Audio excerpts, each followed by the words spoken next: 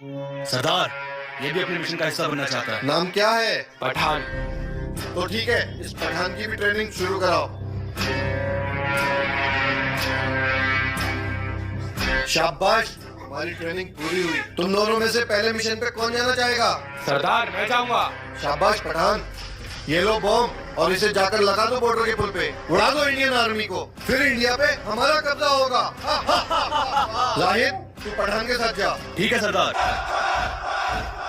देखो, वो रहा बॉर्डर का पुल। तुम्हें यहाँ बॉम्ब लगाना है। आज हमारा मिशन पूरा होगा और हमें फतेह हासिल होगी।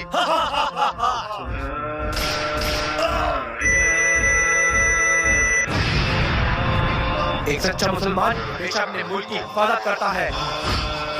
हेलो सर, मिशन कंप्लीट हुआ। पठान, तुम्हें एक मिशन दिया जा रहा है। तुम्हें आतंकवादियों के बीच में रहकर उनका खात्मा करना है। ओके सर, जय हिंद। अगर इंडिया से प्यार है तो कमेंट में जय हिंद जरूर लिखना।